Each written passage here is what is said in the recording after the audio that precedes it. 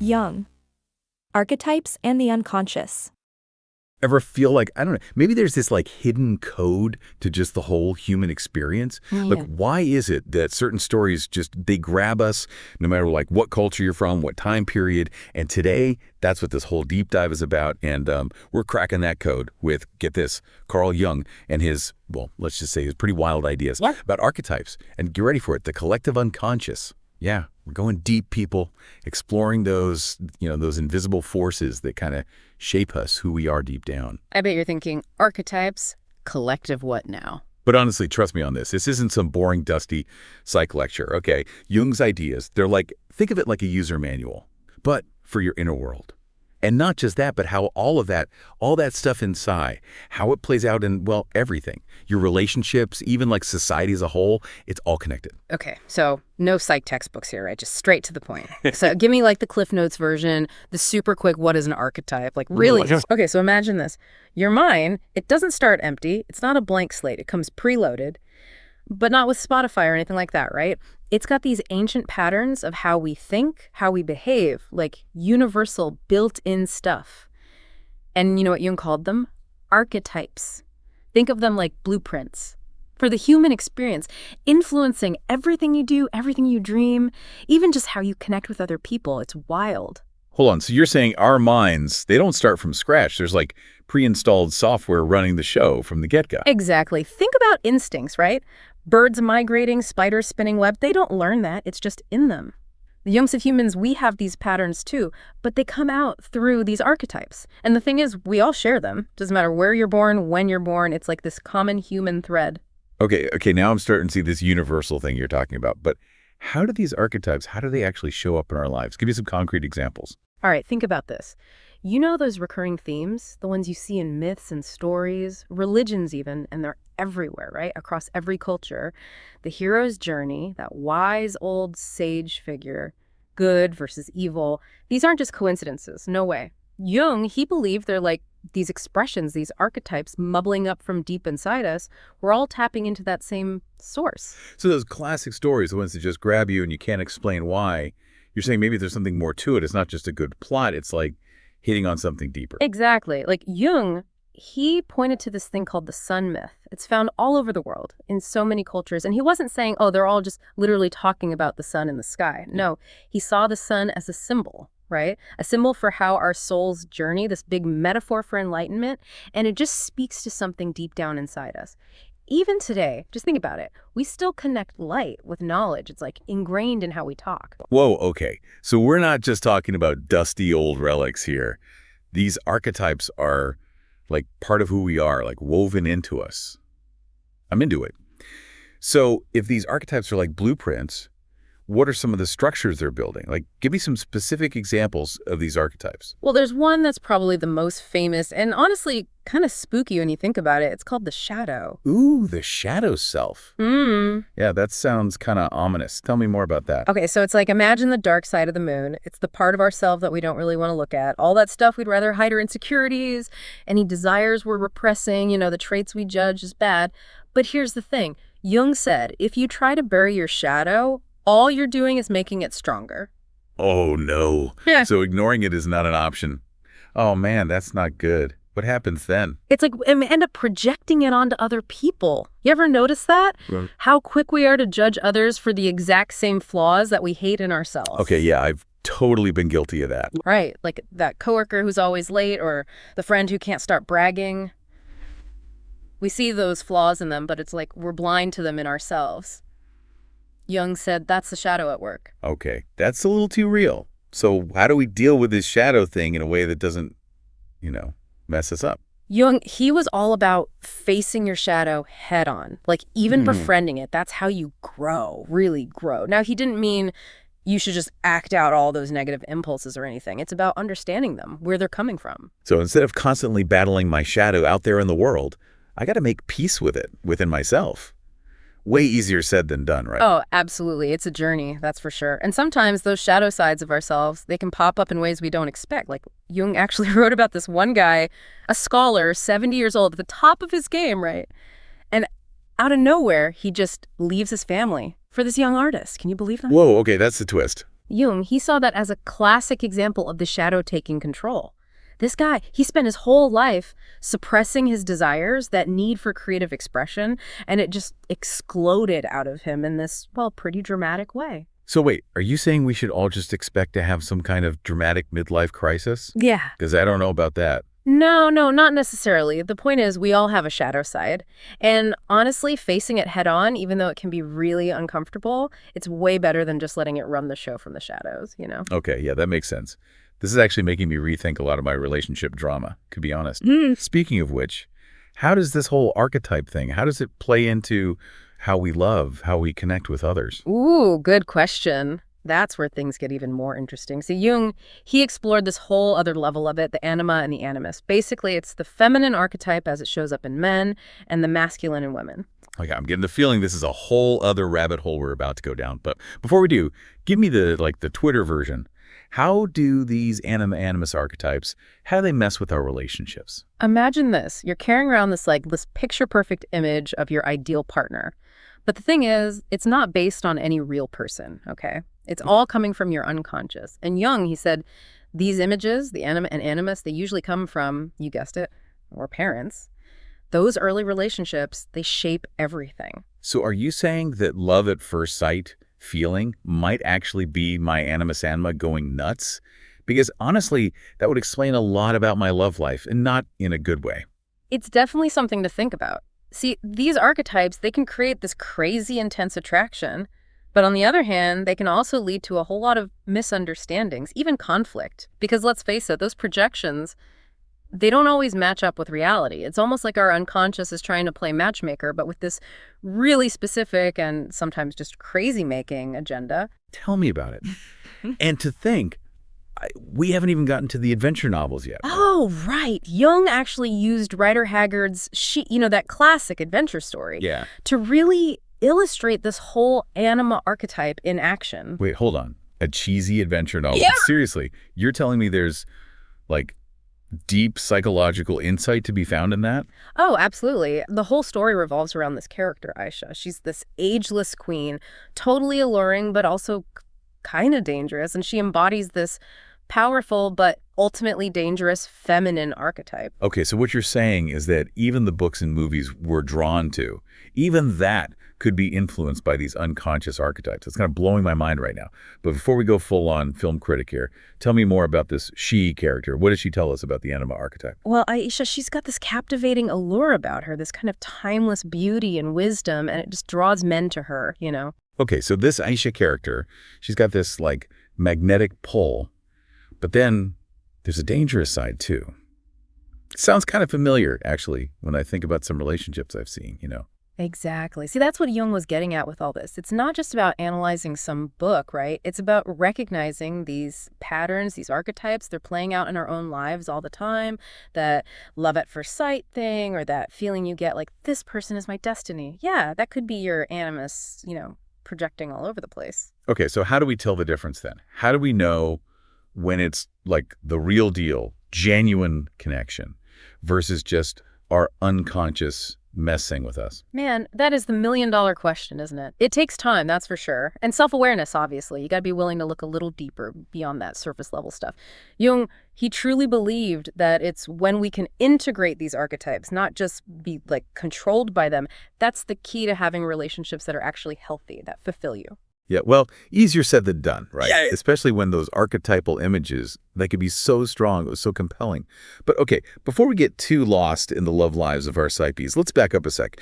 We've talked about the shadow, the anima animus, but what about those archetypes that are bigger than just us, beyond our individual personalities? You're talking about what Jung called the transpersonal archetypes. These are those big overarching patterns. They shape the whole human experience.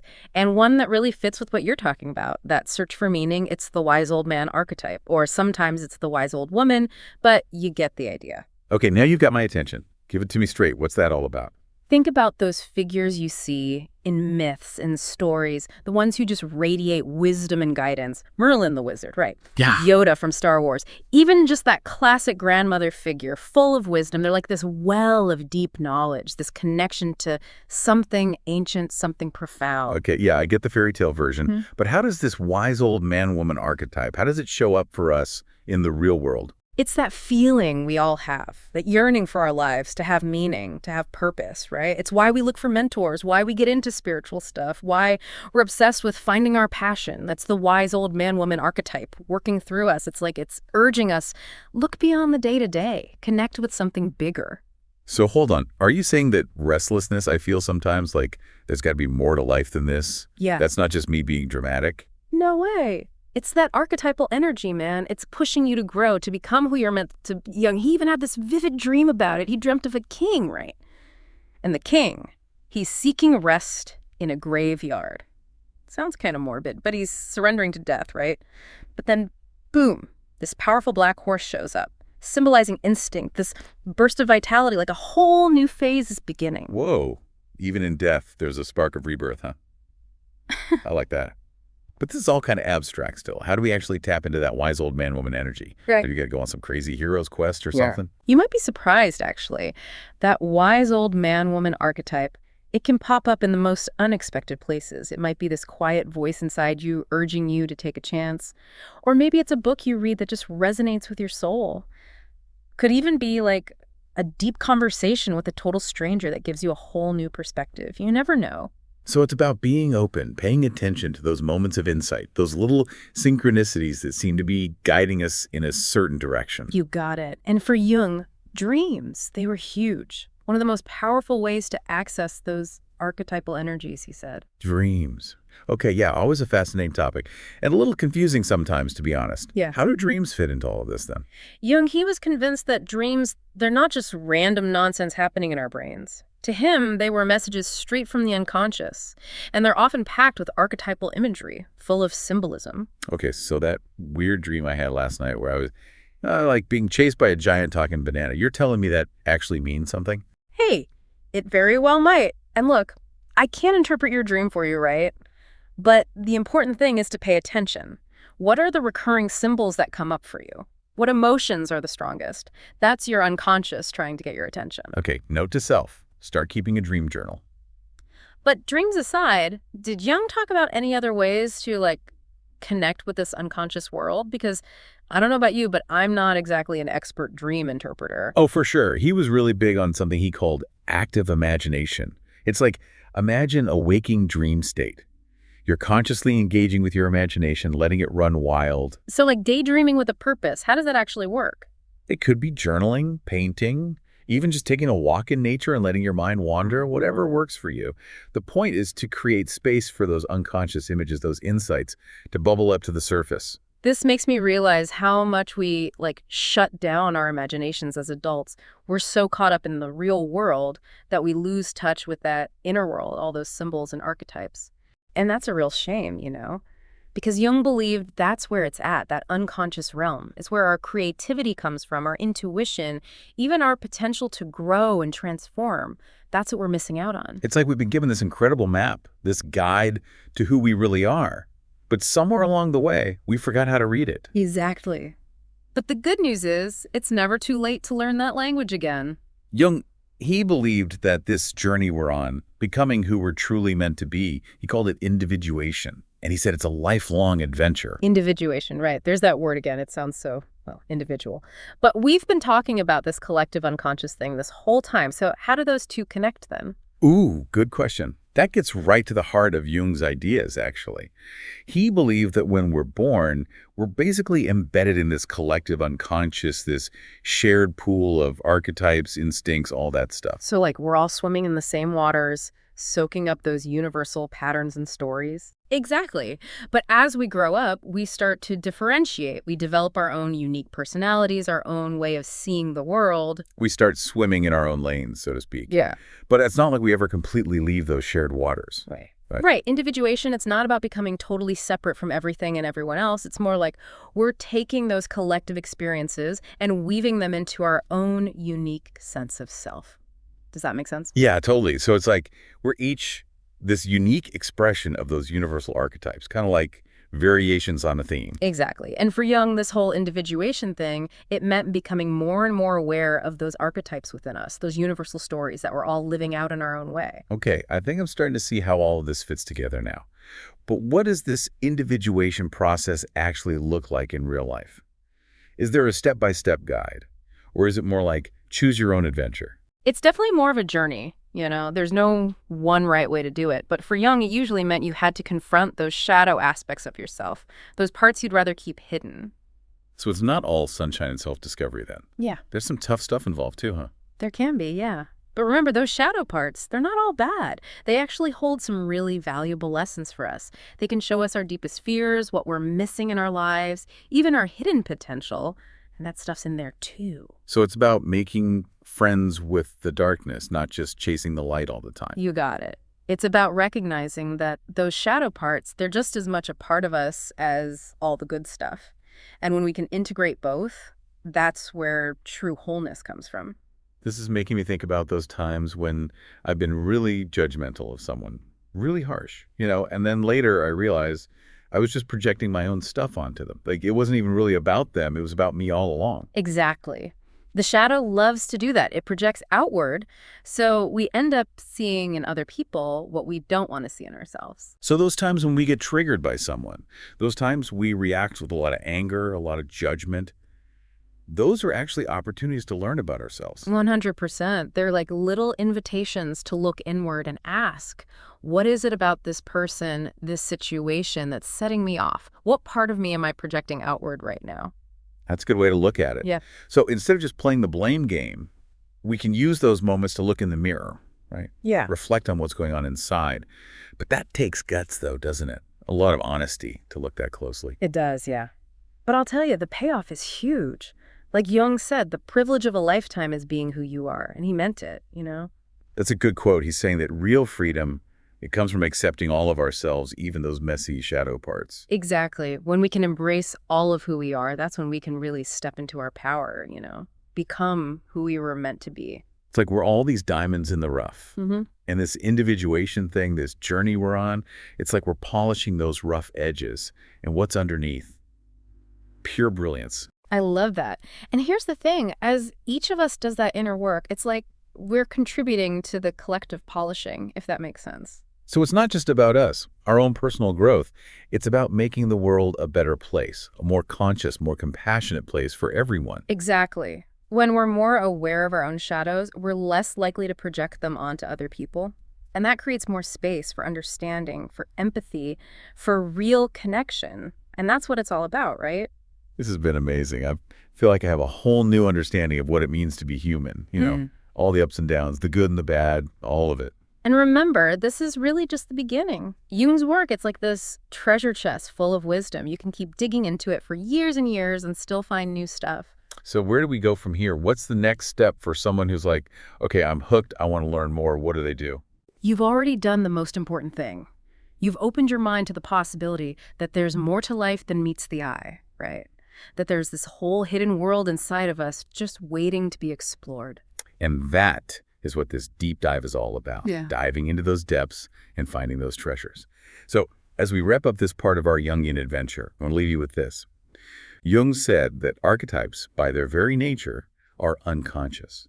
So how do they become conscious? That's the real mystery. And that, my friends, is the challenge of individuation. Wow, this deep dive, I'm telling you, it's been quite a journey. We've gone from ancient myths to like cheesy adventure novels, all to try and wrap our heads around this whole hidden world of archetypes and the unconscious. I feel like we've covered so much ground. And it's amazing. Jung, he actually believed that this whole journey of self-discovery, this individuation thing, it never really ends. There's always something more to find, more to understand, to become. So it's not about reaching some kind of finish line where you're like, boom, I'm perfectly self-aware. It's more about just always being open to exploring, to growing. Exactly. It's like we're peeling back these layers of ourselves, always discovering something new, some hidden complexity. And the really cool part is when we do that, Jung believed we're actually contributing to how the collective unconscious itself evolves. Wait, really? our individual journeys, they have that much of a ripple effect. That's what he thought, yeah. He saw this whole individuation thing as something that happens on both levels, personal and collective. It's like as we become more aware of what's going on in our own heads, our own inner worlds, it's like shining a light into the darkness of the collective unconscious, too. We're helping to heal those wounds that are in there, integrating those shattered parts that everyone carries around. That is a powerful thought. So you're saying by facing our own demons, we're actually, in a way, helping to heal the world. That's the idea, yeah. Because those demons we wrestle with, those shadow parts of ourselves, they often reflect these bigger wounds, collective traumas that have been passed down for generations. Wow. It's like we each inherit a piece of that collective shadow. And by facing it within ourselves, we're kind of helping to lighten the burden for everyone, huh? But that all sounds so, I don't know, overwhelming. Where do we even begin with something like that? Well, remember what they say, a journey of 1,000 miles, it starts with a single step, right? And for Jung, that first step was simply acknowledging that the unconscious exists, that there's this whole vast, mysterious world inside of us, and we're usually so busy ignoring it, pretending it's not there. So admitting that we don't have it all figured out, that there's a lot going on beneath the surface, a lot we're not even aware of. Exactly. It's about getting curious about ourselves, approaching ourselves with a sense of wonder instead of all that judgment and fear. Which is, of course, way easier said than done, especially when those shadow parts come knocking, right? It's so much easier to just pretend they're not there, stuff them back down into the darkness. Yeah, I know it, believe me. But Jung, he truly believed that those shadow parts, those pieces of ourselves that we just want to hide, they actually hold the keys to some of our greatest lessons. And not just that, even our untapped potential, it's hidden in there too. So are you saying we should be making friends with our demons, not just trying to slay them? That's it. It's about understanding that those darker parts, they're as much a part of us as all the good stuff. And it's only when we can embrace all of it, that's when we become whole. This is making me think about all those times I've been really judgmental of someone, really harsh. And then later I realize, oh man, I was just projecting my own stuff onto them. Like it wasn't even really about them at all. It was about me the whole time. Classic shatter move. It's always projecting outward. We see in other people what we haven't dealt with in ourselves. So wait, are you saying that when we feel triggered by someone, when we get angry or judgmental, that's actually a chance to learn something about ourselves? Absolutely. Think of those moments as like little wake-up calls. It's like a chance to ask yourself, okay, what's really going on here? What part of me is being reflected back right now? Wow. Okay, that is a way more helpful way to look at it. So instead of just pointing fingers, blaming everyone else, we can actually use those moments to look in the mirror, right? Get to know ourselves a little better. Yeah. That takes honesty, though. A lot of courage to really look that closely. No doubt, but I'm telling you, the rewards are huge. Jung said it best, actually. He said, "The privilege of a lifetime is being who you are." That's a beautiful quote. He's saying that true freedom, it's about embracing every part of ourselves, even those messy shadow sides. Exactly. And when we can finally do that, embrace our wholeness, face those shadows head on, integrate all those hidden pieces, that's when we can really step into who we were meant to be. It's like we're all these diamonds in the rough. And that journey we're talking about, individuation, it's like we're slowly polishing away those rough edges until, boom, the brilliance shines through. I love that analogy. And here's the really beautiful part. As each of us does that inner work, it's like we're contributing to the collective polishing too. You know what I mean? So it's not just about our own individual growth.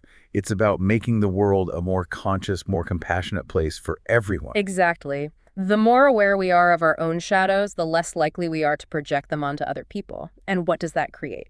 More space for empathy, for understanding, for real, genuine connection. This has been incredible. I feel like I have a whole new understanding of what it means to be human. With all the messiness, all the complexities, all of it. And remember, this is really just the tip of the iceberg. Jung's work, it's incredibly rich. You could spend years, a lifetime, really digging into it and still keep finding new layers. Well, on that note, I want to thank you so much for joining me on this deep dive into the world of Carl Jung, archetypes, collective unconscious, all of it. It's been amazing having you here. And to everyone listening, thank you for coming along on this journey with us. Until next time, keep exploring, keep asking those big questions, and most importantly, keep diving deep.